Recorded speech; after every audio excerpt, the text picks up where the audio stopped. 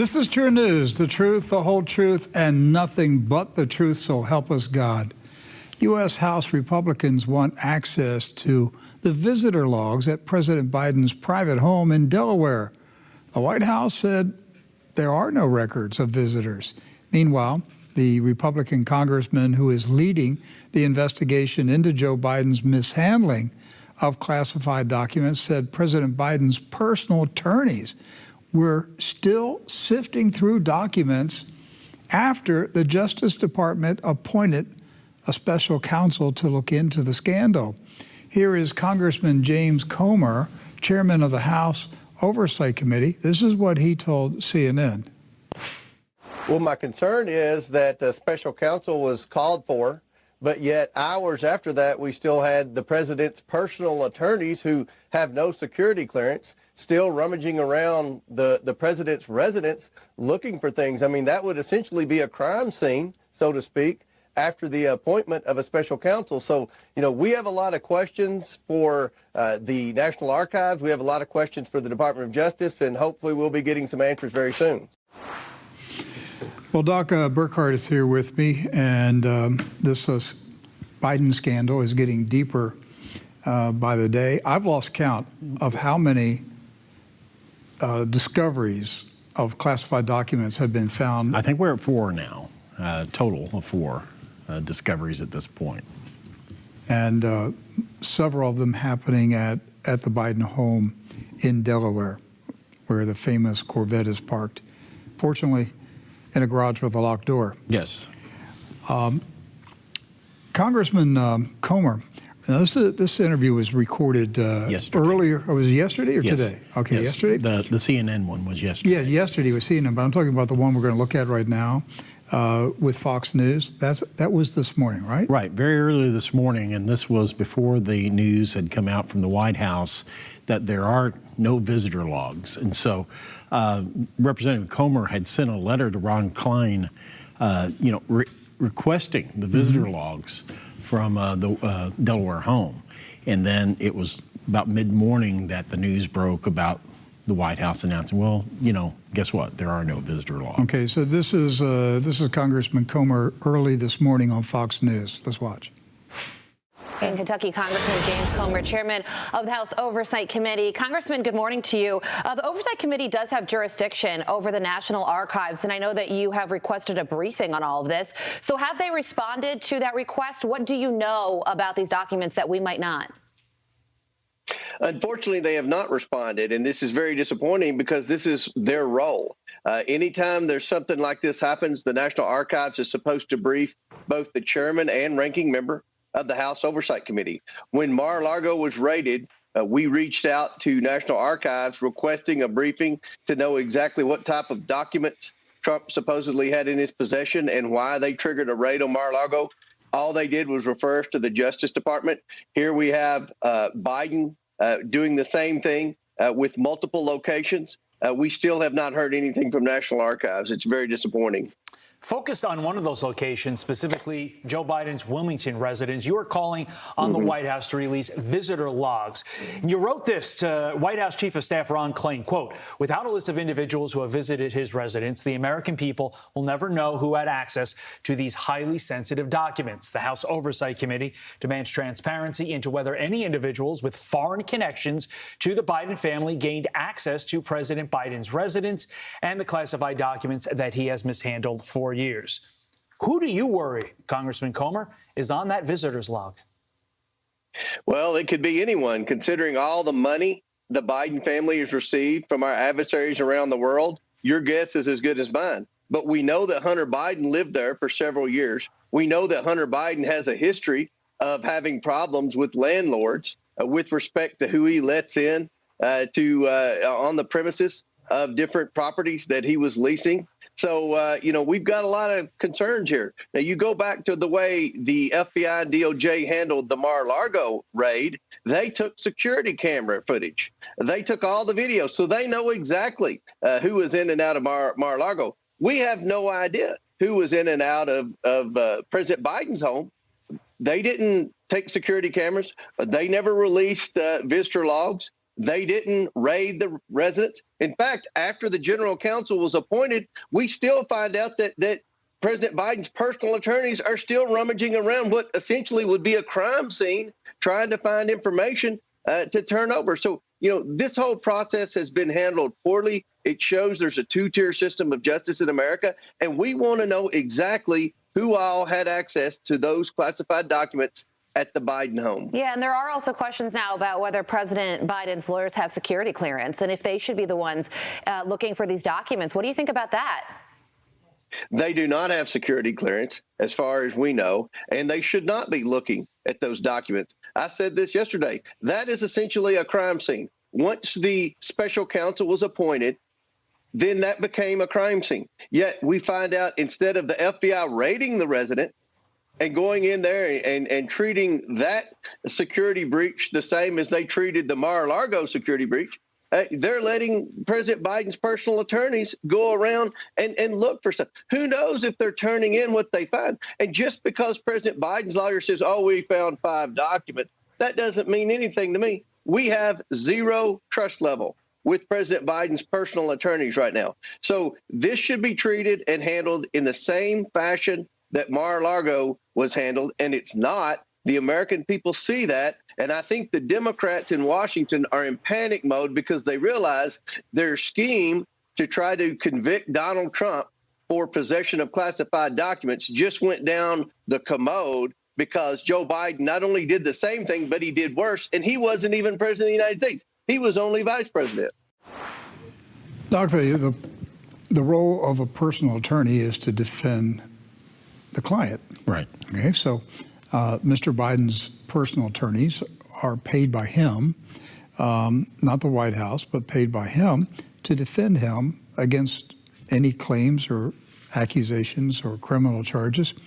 And yet his attorneys, whose responsibility is to keep him out of prison, they're in charge of looking for the documents that could put him in prison.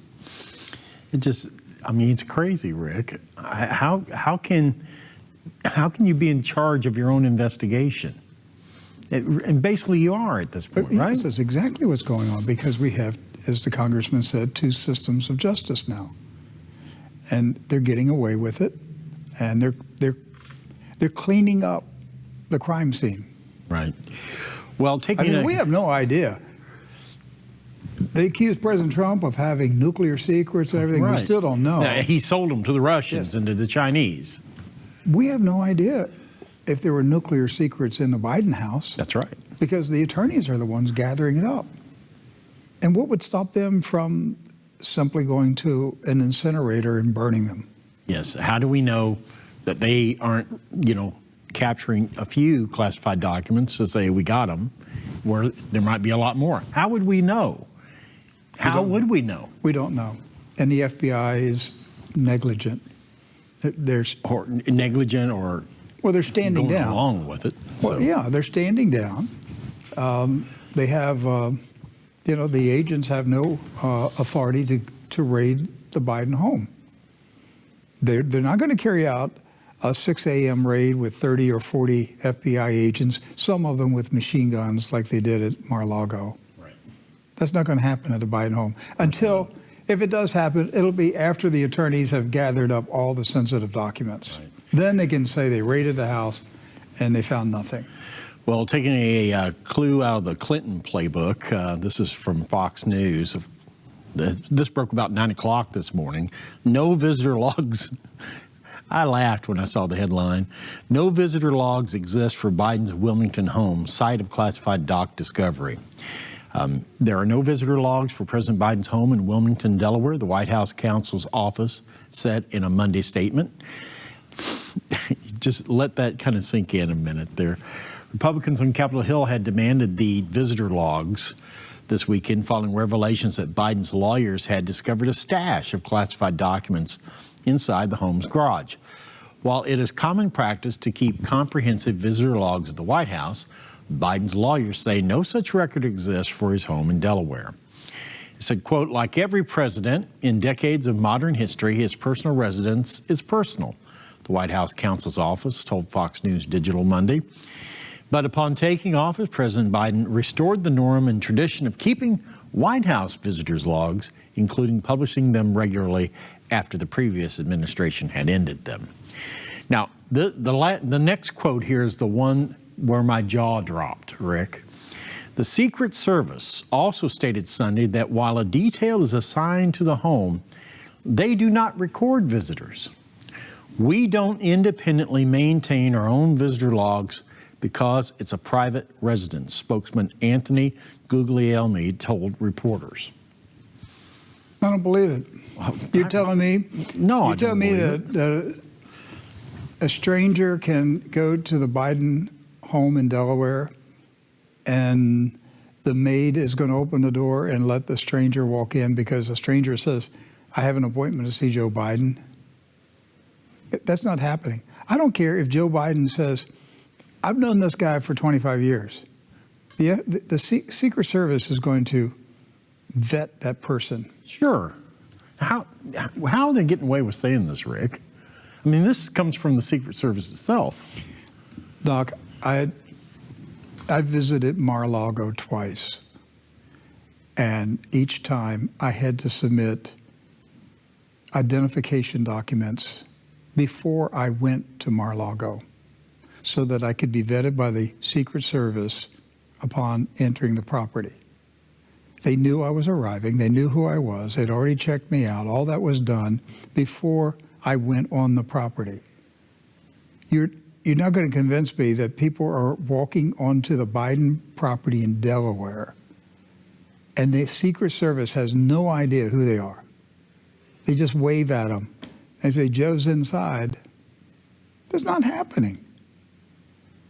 They're lying, and the Biden White House is lying. And what's new? You're right. What's new? What's new? Cheaters win. In today's America, cheaters win. That's where we're at.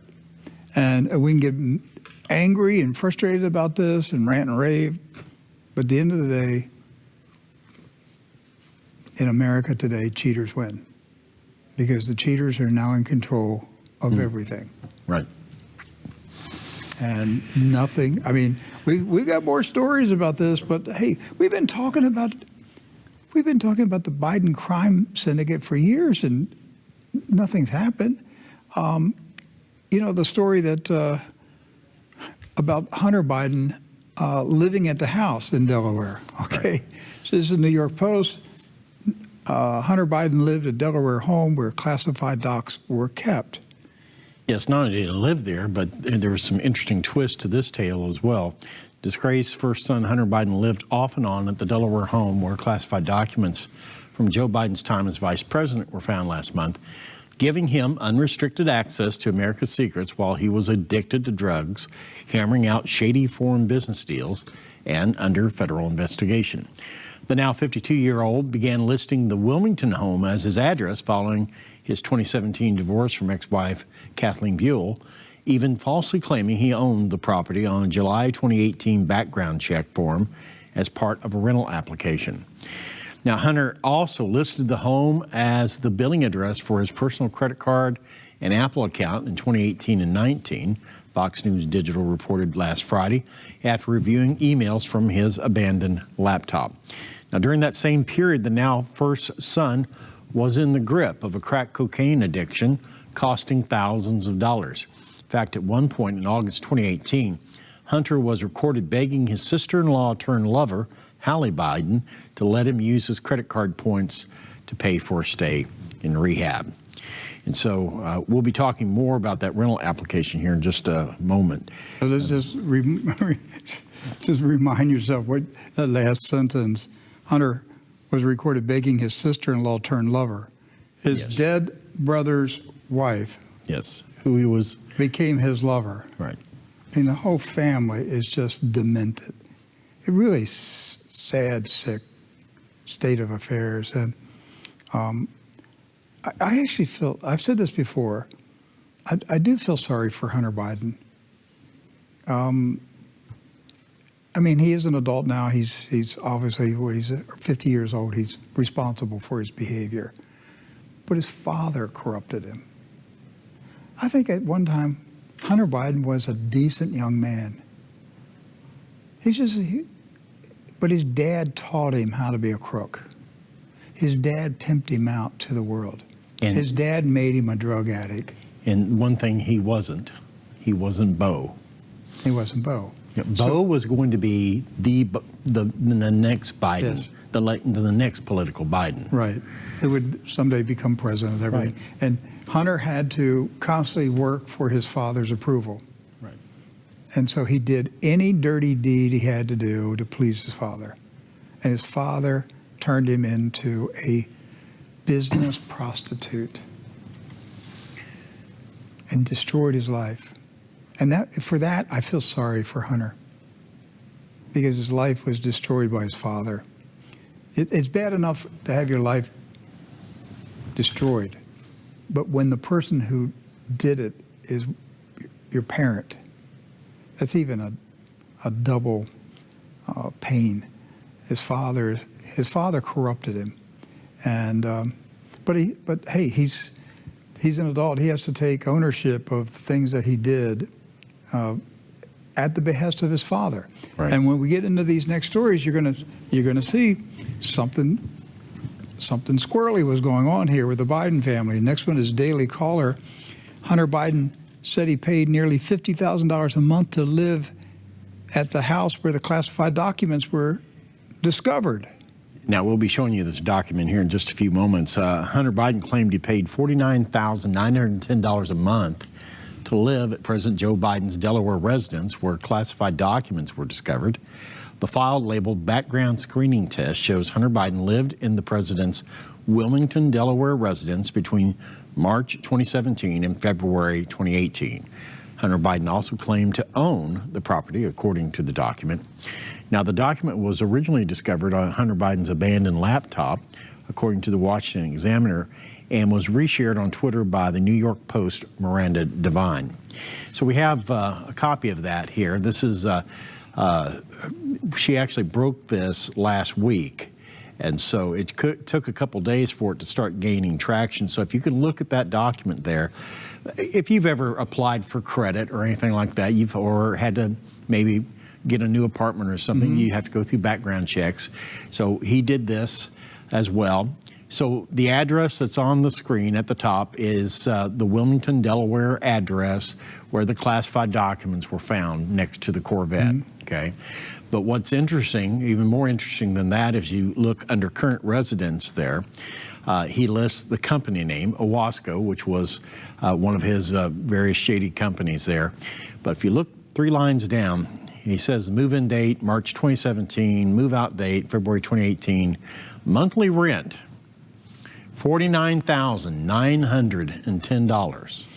Okay, so he transferred roughly $600,000 to his father in 12 months. Yes, if we're to believe that Yes, for rent. application. So, It was a transfer of money. right. They laundered it as rent payment.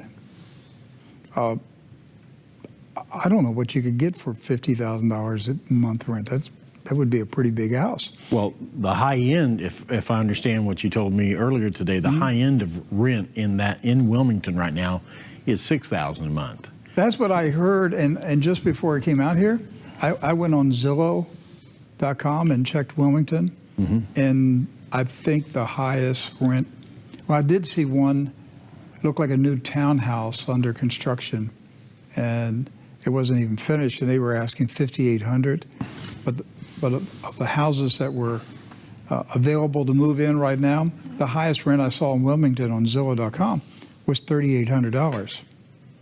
That's a big difference, $3,800 to $50,000. And why would Joe Biden charge his? Why would he charge his son anything to live in his own home? Right. Okay, that's your first question. And number two, what was the justification for $50,000 a month rent? Right. And then I have a third question, okay?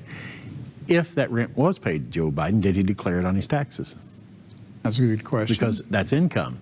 And anyone that's either had a roommate or Sure. a rental property, you have to report that income.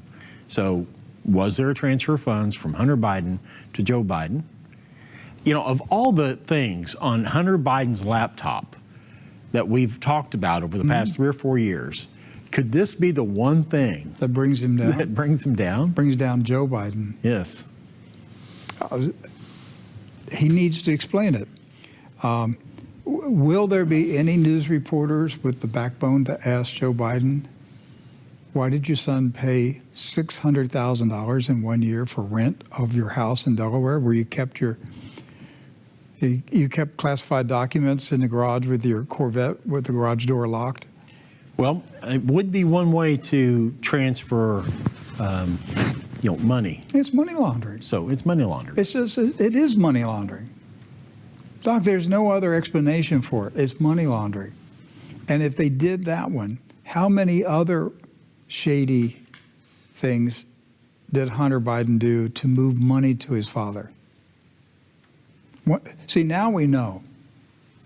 Oh, here's an example. Fake rent. Now we can start looking at other transactions. What other fake transactions were used to launder the money to Joe Biden? I saw an article yesterday, Doc, that it was the real estate portfolio of Joe Biden. He owns more than that house. Now, you got to remember, as a U.S. senator, he was paid $100,000 a year. Right. That's what the salary was at the time he was a senator. As vice president, what was it? 200,000 as vice president, something like that at the time during the Obama years. One house that he bought was several $1 million, owned by Joe Biden. Well, if you're earning $200,000 a year, 230,000. okay. So if he was earning $230,000 a year as vice president, and he bought a house that was almost $3 million, then the down payment was $600,000. Right. Okay. Where did he get $600,000 for the down payment? I mean, you can look at the income and see, well, here's the reasonable amount of money you would be able to save with that income. But you got all these transactions of Biden that just are squirrely. They're just suspicious. And this shows us this is just one example of how they were moving money around inside the Biden family. Hunter Biden's job was to go to Ukraine and China and cut deals with crooked politicians and Communist Party leaders and trade on his father's name, access to Washington, and then Joe got paid a share. Apparently he got 10% of the business deal, the equity of the corporations, and he got 50% of Hunter's personal income. Right. So how did Hunter move the money to his father? Well, this would be a great example of it. There it is. These are the examples. The next one, I think we already, did we show the... we haven't done trending politics, but it was one of the first ones to break out the story last week. This article actually came out on the 13th, but was updated on the 15th. They were one of the very first ones to post Miranda Devine's tweet that we just showed there.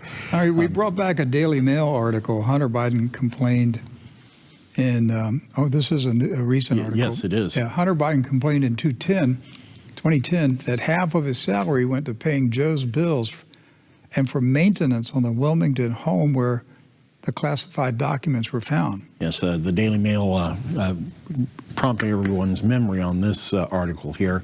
Biden has always insisted that he never benefited from his son's international business dealings while he was vice president. But text messages show that Hunter did pay his father's bills while he was earning money from overseas. Now, the money included thousands in repairs to Joe's Wilmington, Delaware home, which is where at least 6 classified documents were recently found by the president's lawyers. So not only did Hunter have to pay $50,000 a month rent, he also had to replace the water heater. Right. He had to rebuild it. There was a wall that had to collapse. He had to rebuild the wall. There was a whole bunch of stuff. Hunter Biden complained in text messages to his daughter in 2019 that he paid for everything for the family for 3 decades and said he had to give Joe half his salary. Well, look, Doc, look what he said there. He paid for everything for the family, Right. for the whole Biden family. That implies his siblings. How big's the family? I mean, does it include Joe Biden's brother? Does it include relatives of Jill Biden? The family. He said, I had to pay for the family. Not just pay for my dad, I have to pay for my family. Right. So they were working Hunter Biden like a mule. His job was to go out like a mule and bring in the dough. And, he wasted a vast portion of his share on drugs and prostitutes, but he delivered the goods to his father and the rest of the family. Right. And they didn't say anything about him, about what he was doing with his share of the money, because he kept bringing the money to them. Right.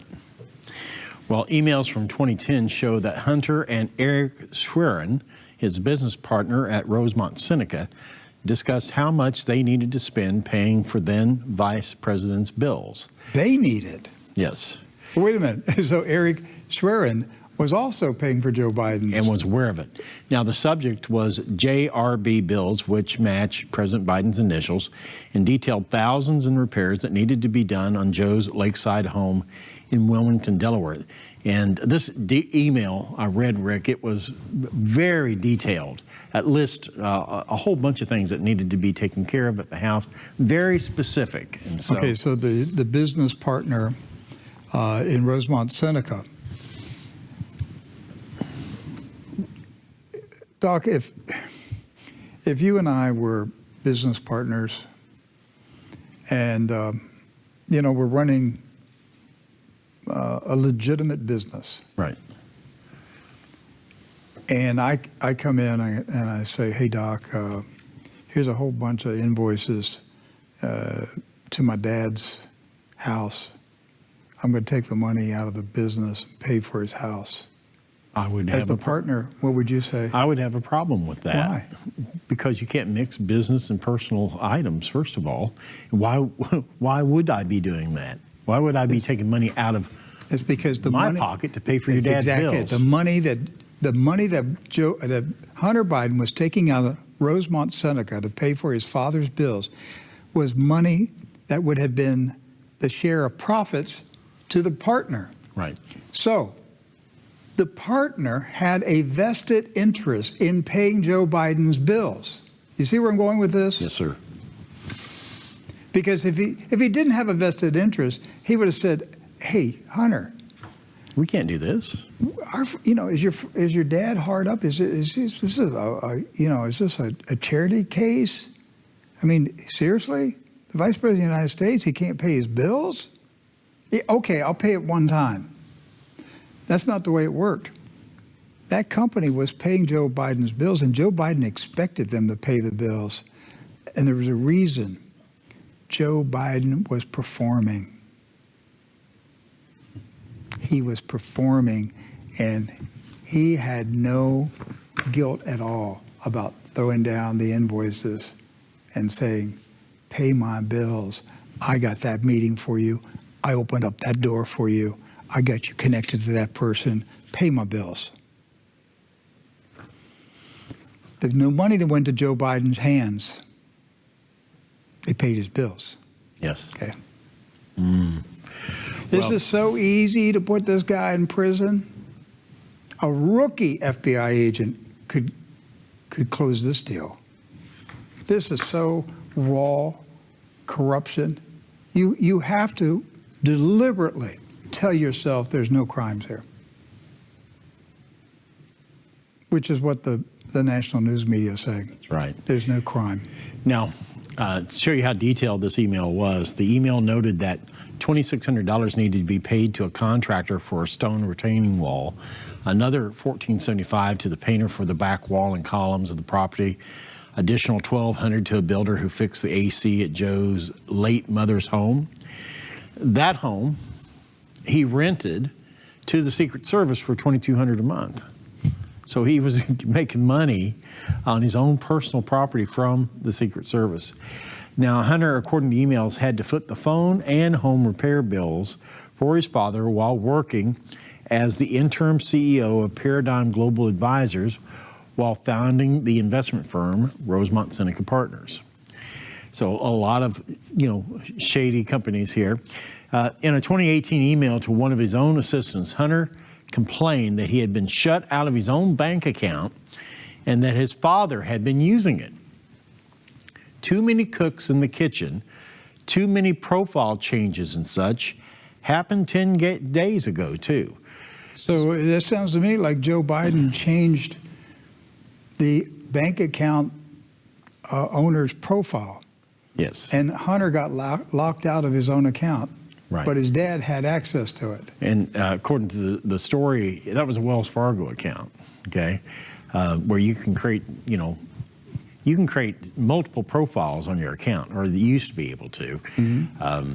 But obviously, they were making so many changes within their Wells Fargo account. Wells Fargo flagged the account and locked it out. And not only happened once, it happened several times. Oh, I see what happened. Now I understand. Okay. But Joe Biden had access to it. Right. So That's he was moving. Joe Biden was moving money around that was not linked to him. Yes. And yet he was accessing that money. Right. Now, my dad has been using most lines on this account, which I've, through the gracious offerings of Eric, have paid for the past 11 years, he said. Hunter wrote in his memoir, Beautiful Things, how he slipped into drug and alcohol addiction while working in all these various business roles. His conscience bothered him. Hunter Biden's conscience bothered him, but he had to please his dad.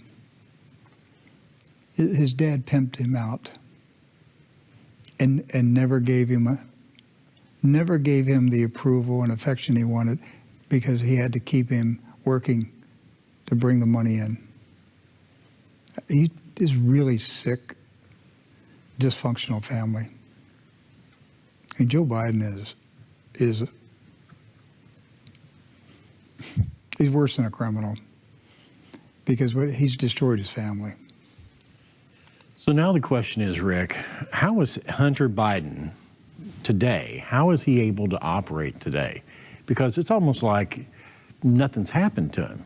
I mean, it doesn't appear like he's under serious investigation. I think they're going to try to go after him on some tax fraud and a gun charge and everything, but not for the big stuff that we're finding here.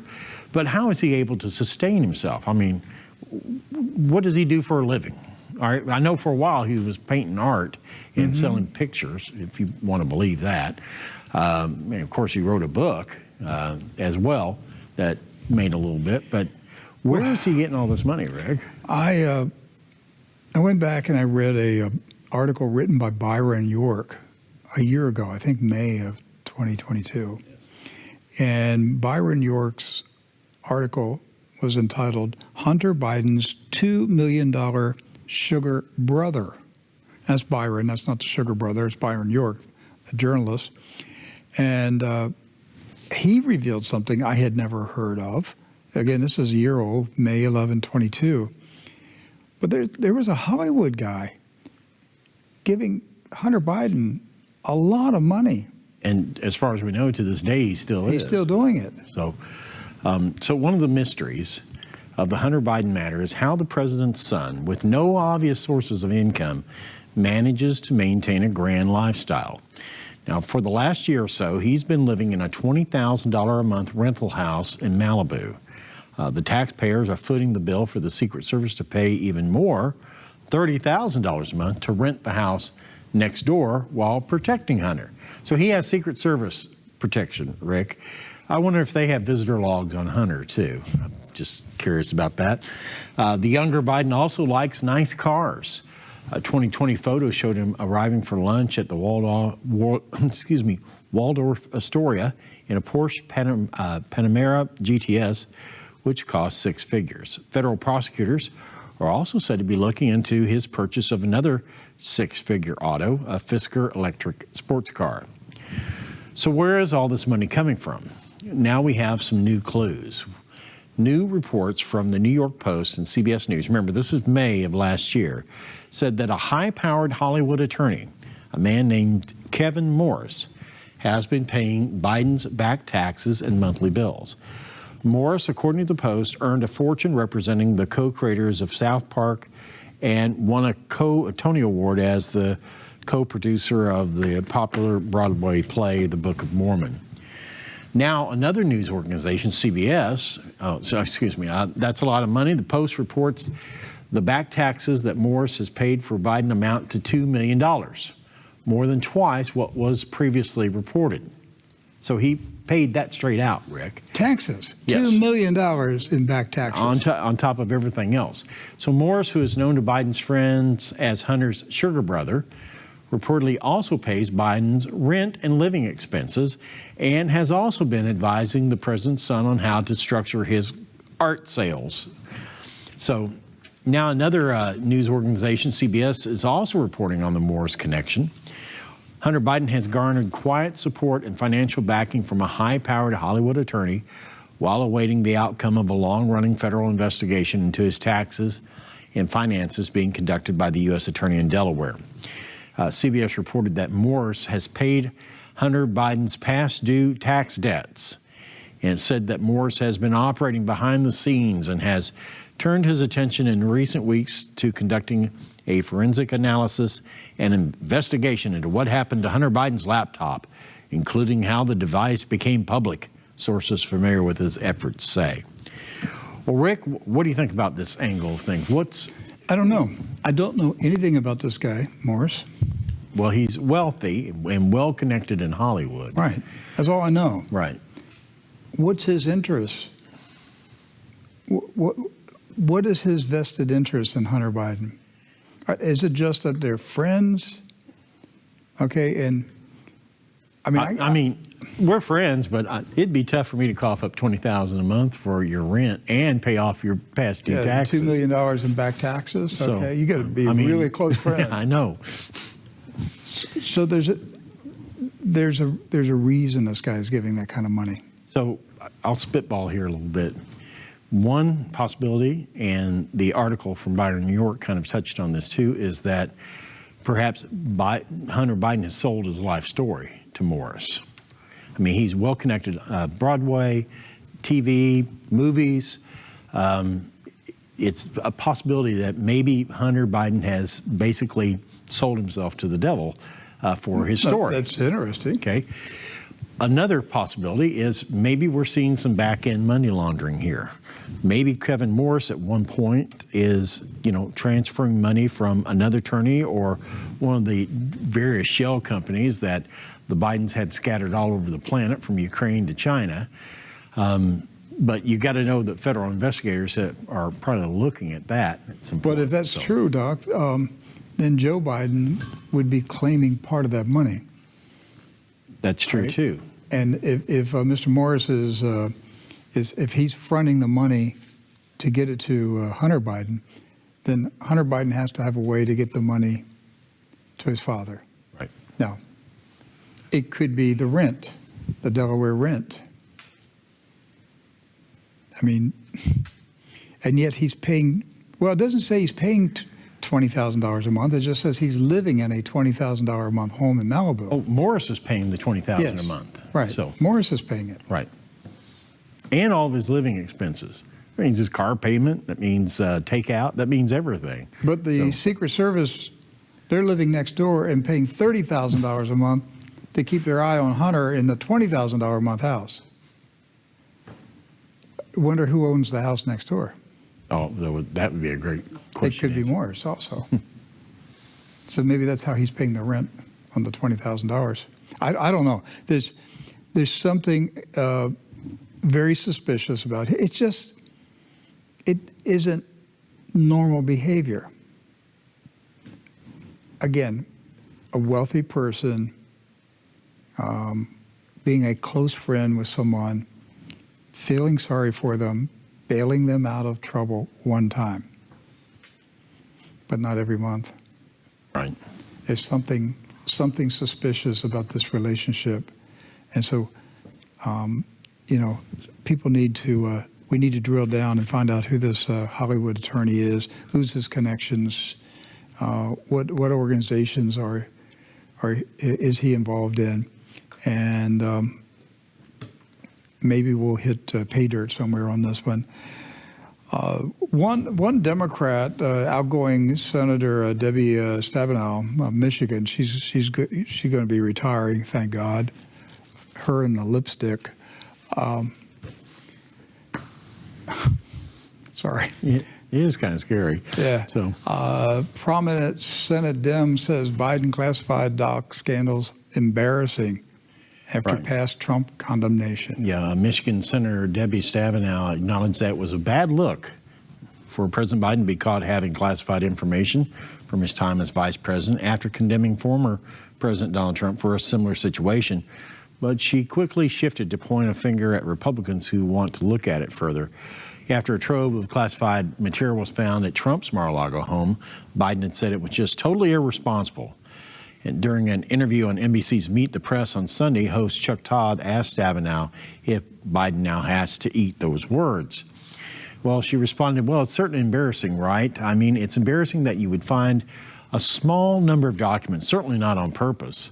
They don't think it's the right thing, and they've been moving to correct it, working with the Department of Justice, working with everyone involved, with the archives. And so from my perspective, it's one of those moments that obviously they wish hadn't happened. Well, no kidding. They don't wish it had happened. But I even saw Adam Schiff this weekend, Rick, that he was even saying, this is not a good thing if it's true. I read that, and that strengthened my belief that Joe Biden's on the way out.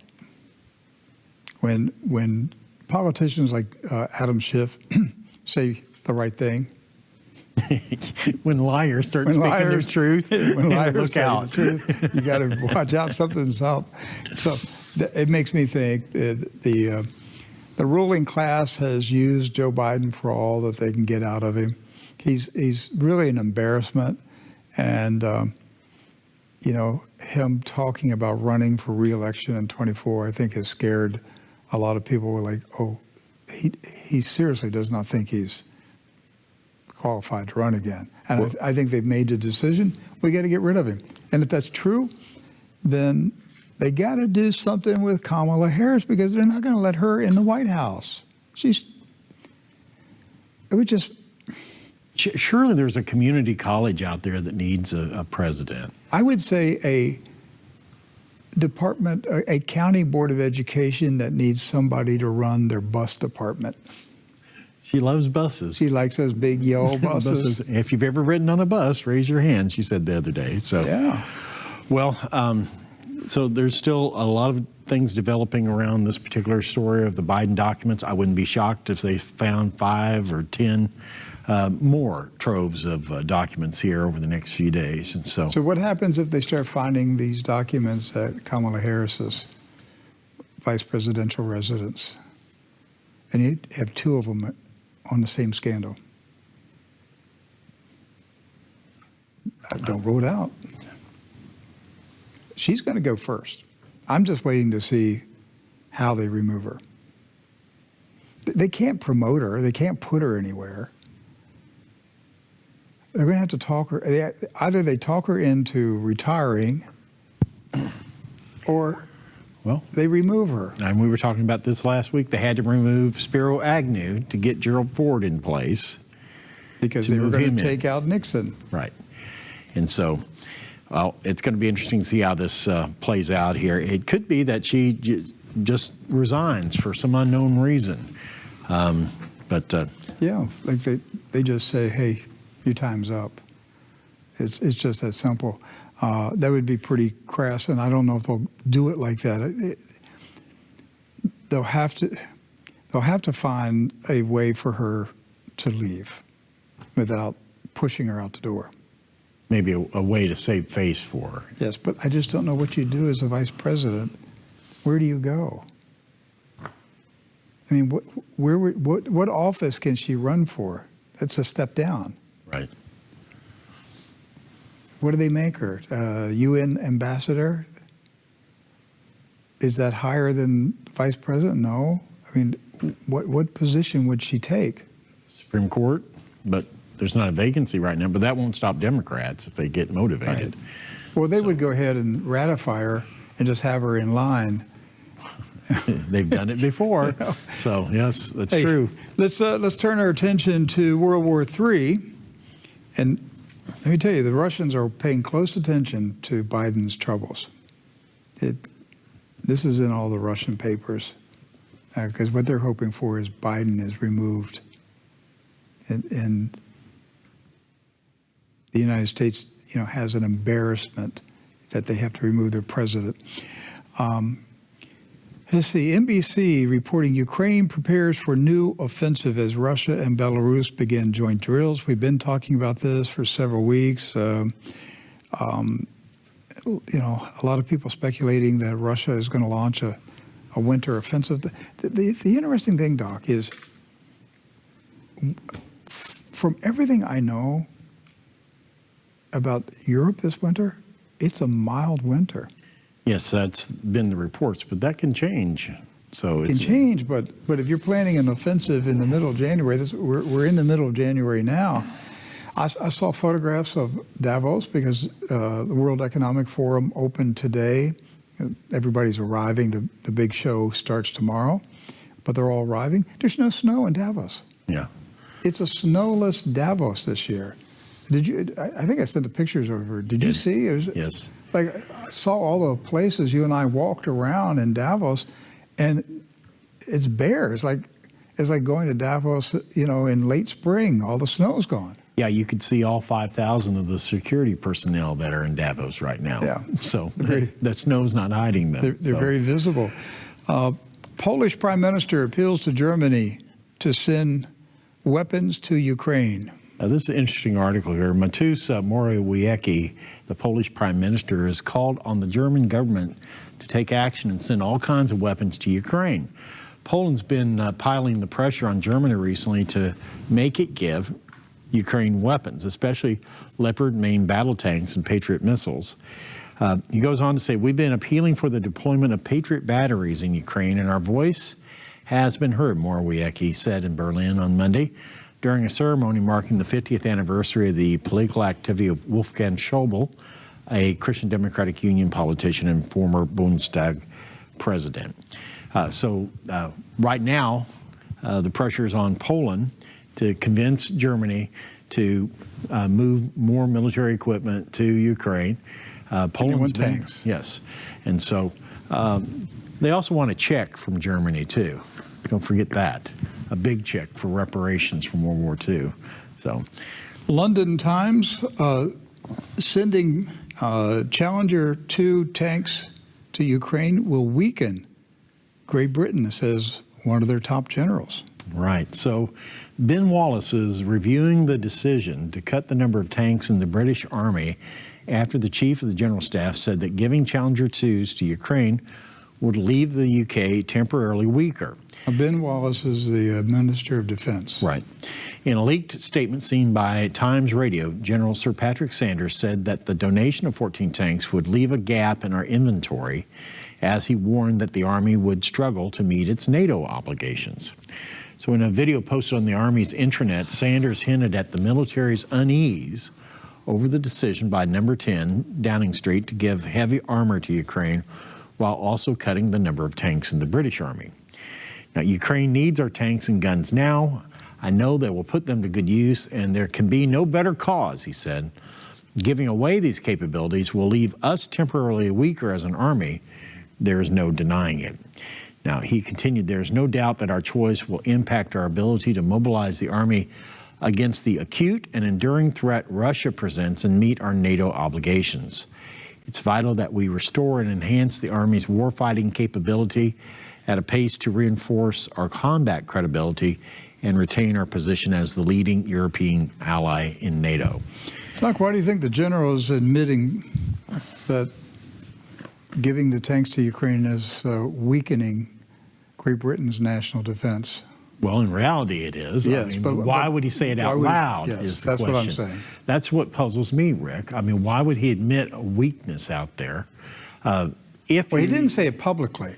He said it on a audio, on a message posted on the military internet. Right. So, but then that got out. Yes, it got out, which leads me to believe he wanted it out because there are no coincidences. What it tells me is that there is a growing uneasiness among the military leaders of NATO, respective individual countries, Right. that this has gone too far, that they're giving away so much ammo and weapons, and tanks, artillery, that it's now getting down to the bone. And It's starting to hurt now. it's starting to hurt. And I think what he was, I think this was the first indication from a British military leader. You guys keep doing this, in a couple of months, I'm going to have to speak up. I'm going to have to say something. We can't just, because they're weakening, they're depleting the military resources of the individual NATO nations. And this isn't the first story that we've done on this. We've talked about Germany and Estonia and Macedonia, all of these nations whose, reserves, ammo. I remember the story about 2 months ago, where it said Germany was down to 4 days of ammo. Right. They could only maintain a conflict for 4 days. So there does seem to be a weakening in the resolve to defend Ukraine, even though they have to say this is the greatest cause in world history. We've got to save Churchill. Yes. So the purpose of NATO was to stop a Soviet Union invasion of Europe after World War II. The Soviet Union's gone. Modern Russia has no interest in invading Europe. They don't have the capability to do it. Right. They don't have the interest in doing it. They just want to sell oil and gas and wheat and just make money. That's all they're interested in. They'd like to join the European Union. They would like to be treated with respect. They just want to be brought to the table and treated as human beings. That's the only thing the Russians have wanted for the past 20-some years. Just please invite us in, show us respect, let us be part of Europe. But the ruling class that runs NATO has always been determined to keep Russia out of Europe, out of the European Union, keep it out of NATO, keep Germany under their thumb, and keep American military bases in Europe. Because let's say if the EU and Russia were to join forces, they would be a formidable challenge to United States power in the world. Oh, you better believe it. And also to China. It'd be powerful. Russia and the European Union together be powerful. So the purpose of NATO is to defend Europe from a Russian invasion. The Russians have no intention of invading Europe. That's not going to happen. They haven't been plotting for the past 20 years a mass land invasion of Europe. They just haven't been. It's just stupid. They're not planning it. So if you're going to keep NATO, you have all of your weapons, and it's there to say to Russia, don't think about it. We've got our hardware, just in case that crazy idea gets in your mind. But what NATO did is provoke Russia to attack Ukraine for the purpose of bleeding out Russia. What it's doing, it's bleeding out Europe. Yes. And it's strengthening Russia. I saw a report today that said that Russia oil output year over year is up 5%. I mean, it's militarily, it's hurt Russia a great deal. They've got a lot of casualties, a lot of dead soldiers, a lot of equipment destroyed. It's been brutal, but the strategy has not worked. It did not bleed out Russia. They have not collapsed. What we're seeing now are NATO allies saying, this is starting to hurt us. Right. Why are you sending tanks and heavy equipment to Ukraine, there was no purpose in it. Russia had no interest in invading Ukraine. NATO made them do it. And Russia warned, you're going to see tanks and everything roll into Ukraine. And sure enough, they fulfilled the prophecy. Yeah. So NATO brought on this war, but they're using it to justify their existence, saying, oh, look at the Russians. We told you they were going to invade Europe. We told you. We need more money. We need more military bases. We need more tanks. We told you the Russians were going to invade. Well, you provoked them to invade Ukraine. You wanted the war, but it's hurting Europe. The Europeans they've been cut out of natural gas. The whole supply chain has been disrupted in the past year because of the war, in food and grain, in natural resources. It's been a disaster. And it's generated intense resolve within the Russians. Yes. Now now they have a mission. They have a mission from God now.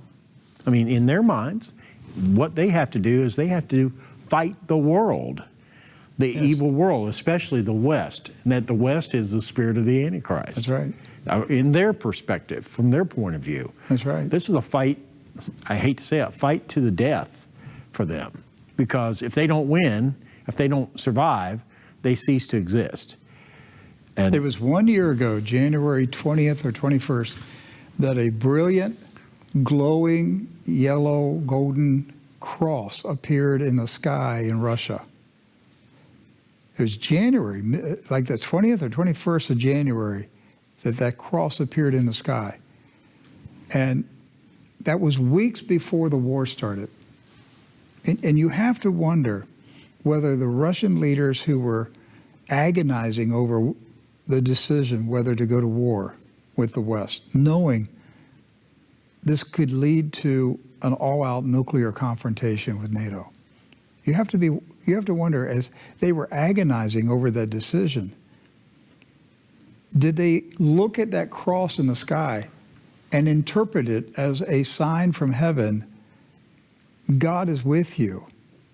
Do not be afraid. I don't know, but I remember that cross. yes. And that it had all of the appearance of something supernatural. It wasn't just, oh, look at that cloud, that looks like a cross. No, it was glowing.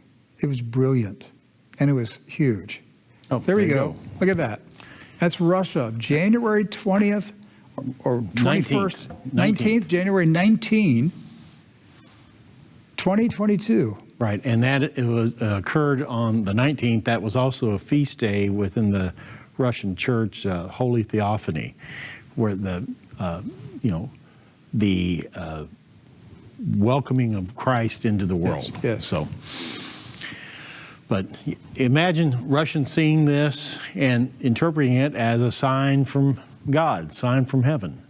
It might have been a sign from God. Well, Constantine did. So, that's right. Constantine He did. saw a cross in the sky. And the he world heard a changed. voice that said, by the sign conquer.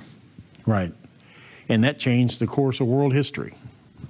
I mean, think how different the world would be if Constantine had not seen the cross in the sky. By the way, I'm writing a book right now, and it's a commentary in the book of Matthew. And so I was studying Constantine's mother, Helena. Right. All right. She was a devout Christian. I know a lot of people have various opinions about Constantine, but Mama was a Christian. There's no doubt in my mind. She was a devout believer in Jesus Christ. Do you know how old she was when she went to Palestine, when she went to Bethlehem? Right? She traveled to Bethlehem, to Palestine, Jerusalem, right? And she built the Church of the Nativity in Bethlehem, Right. over the manger. And she went to Jerusalem and built the Church of the Holy Sepulchre over the resurrection of Jesus Christ. Do you know how old she was? We guess what, 40s or 50s? 76. Wow, that's ancient in those days. She was 76, and Doc, she died at age 80. Wow. She did all this in her last 4 years of life. It was amazing what that woman did. She built a church in Sinai in Egypt, which to this day is a monastery. But the old gal went out in a blaze of glory. You know, as she gathered up. If you believe the legends, okay, that she found the true cross. Right. And supposedly she found the remains of the wise men, had them buried, taken to Constantinople, okay, which then they were later moved to Milan, and then after that they went to Cologne, Germany. Quite a story. Age 76. Wow. She did many good works in Palestine, in feeding the poor, taking care of the poor Christians in Palestine. And she was, like I said, 76 when she embarked on the journey. So no matter what your age, don't let Helena outshine you, okay? There's no excuse. If you think you're getting too old to do anything for God, that's not true, right? How, did she ride a camel? Was she in a carriage? How did she get from Constantinople to Palestine? A long haul to get there at her age. Doc, you've been to Jordan. You've seen the terrain. You know what it looks like. So think about what it's it hard looked enough like. to get around today. Think about what it was like 1,800 years ago. By the way, Jordan, we got a lot of people who are telling us they are very interested in going with us to Jordan in middle May. So we've still got tentative dates. But if you are interested, you're not asking you to make a commitment, but you're interested, we're thinking about roughly somewhere around May 12, to the 20th, something like that, in the middle of the month. And we're working with hotels right now and airlines and seeing how many rooms and seats that we can get at good prices.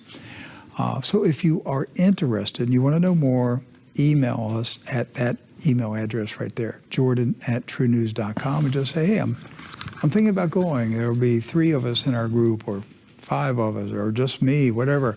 Just let us know so we can do a head count and know how many buses that we need to reserve and how many hotel rooms we need. Right. So we don't know pricing or anything yet, and we haven't locked down the dates, but just let us know if you're interested.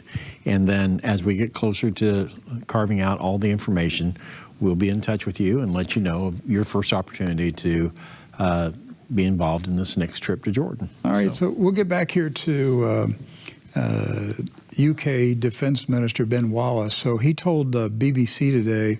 Well, this is actually back in May of this past year. That was in May? Yes. Well, let's skip it. So I didn't notice that. Yes. I brought that in, and I thought that happened today. But I thought it was interesting in the article that back then in May, he said, we're not preparing for war. We're not building up anything like that.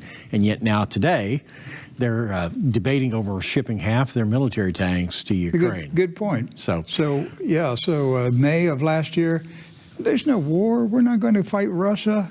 Today, we're shipping tanks to Ukraine. So the next one's 49. This is the Telegraph in London today.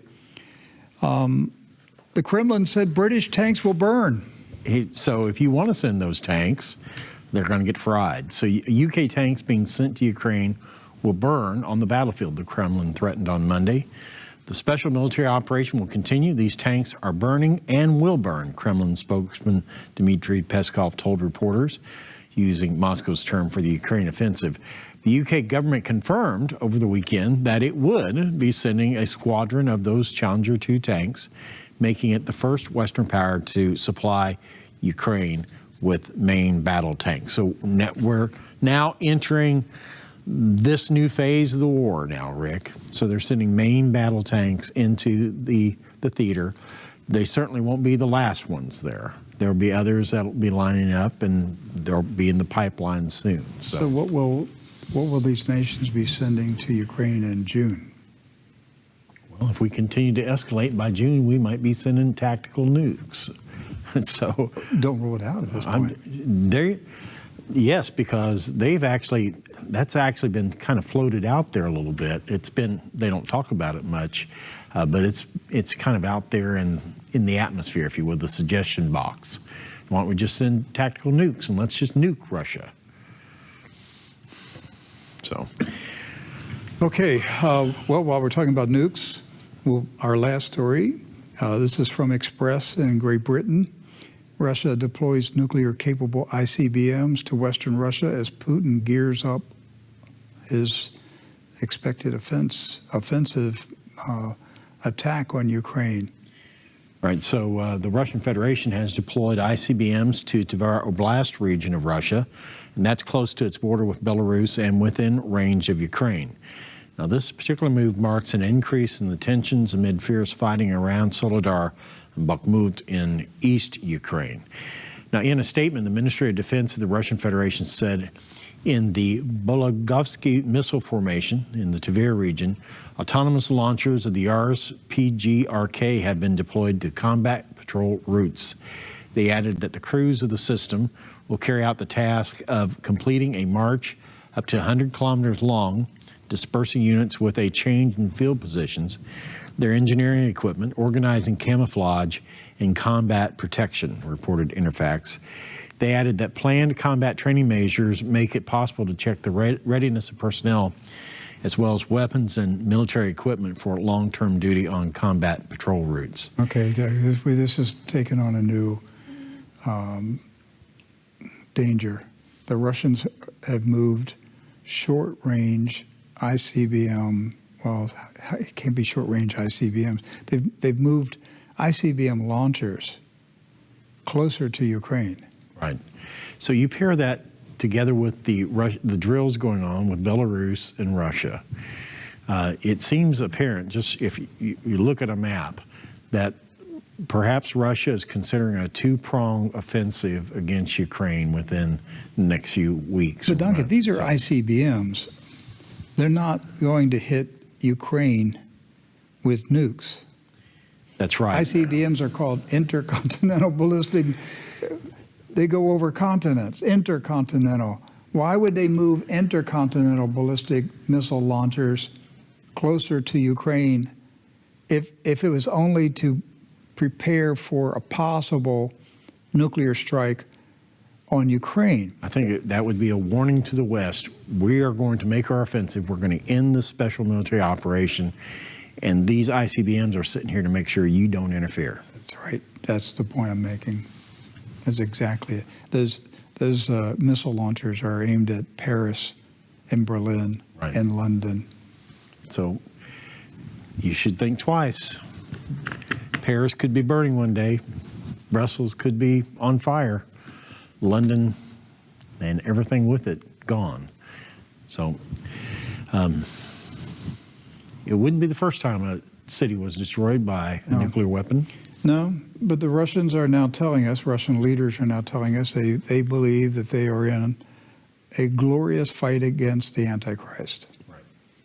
And that it's their duty to die for God.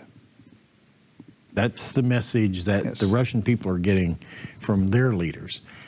Like we say, you don't have to agree with it. You could say they're wrong. They got their theology wrong. The fact of the matter is, that's not going to stop their nukes coming towards us. That's right. It's what they believe and what they're going to act on. What do you believe? I believe Jesus Christ is coming back. That's what I believe. I sure would like it to happen in my lifetime. But even if it doesn't, I'll be there to see him come back. If you never read my book, Final Day, you don't know what I'm referring to. If you have read it, you get it. I used to think, man, I want to be alive. I want to be standing there when Christ comes back. I want to see the second coming. And then when I wrote the second edition of Final Day, the Holy Spirit showed me, you're going to be there. One way or another. One way or the other. Because if you pass away from this life before Christ returns, when he returns, the first people up are the people in the graves. That's right. The dead in Christ shall rise first. So we're going to see him when he returns. You're still going to see Christ in his second coming. And you get a head start. That's right. Into the atmosphere. I still give people, the dipsyites, the dispensational people, I just got an email the other day, Doc. They still think I don't believe the church is going to be caught up in the air. Well, the Bible says the church will be caught up in the air. It's because they have this, because they believe in this word rapture. Right. They believe that rapture in the second coming, that they don't understand their own doctrine, okay? Their own doctrine says that there are two second comings of Christ, right? Of course I believe the church is going to be caught up in the air. I just don't think it's going to happen 7 years before the second coming. It's so weird of a doctrine to teach that there's a secret appearance of Christ 7 years before the second coming. The doctrine never was heard of until Darby in the 1800s, who was deeply affected by necromancy and Freemasonry. He came up with that wicked doctrine, and now it's the dominant thought in American evangelical churches. But I guarantee you, they don't believe it in Russia. No, they absolutely The Russian don't. Orthodox Church does not believe in the rapture. Right. They believe in the second coming of Jesus Christ. And that's orthodoxy, and orthodoxy is right thinking. In fact, one of the big challenges Russia has had in recent years, and one of the reasons why they have to ban organizations like the Jehovah's Witnesses, is because of that very issue. Yes. That it's such a challenge to them. They said, we've got to get rid of these guys, get them out of here, because they're infiltrating the thought processes Well, here in the Jehovah's church. Witness was another Freemason denomination. Mormonism, another Freemason denomination. Christian Zionism, another Freemason denomination. You Christian Zionists, do you understand that you're just as heretical as the Mormons and the Jehovah's Witnesses? All three of you, your denominations were started by Freemasons. The Christian Zionists too. Yes. It's a cult. It's a cult. Hey, we're going to be starting very soon a daily Bible study, and we're going to be talking about it. We're not going to do it inside TruNews. We're going to do a separate program, and it's just going to be a Bible study every day, and it'll be starting in a couple weeks. I'll give you more detail about it later this week. I love you very much. Thank you for watching. Please tell your friends about us, and we'll see you tomorrow. God bless you.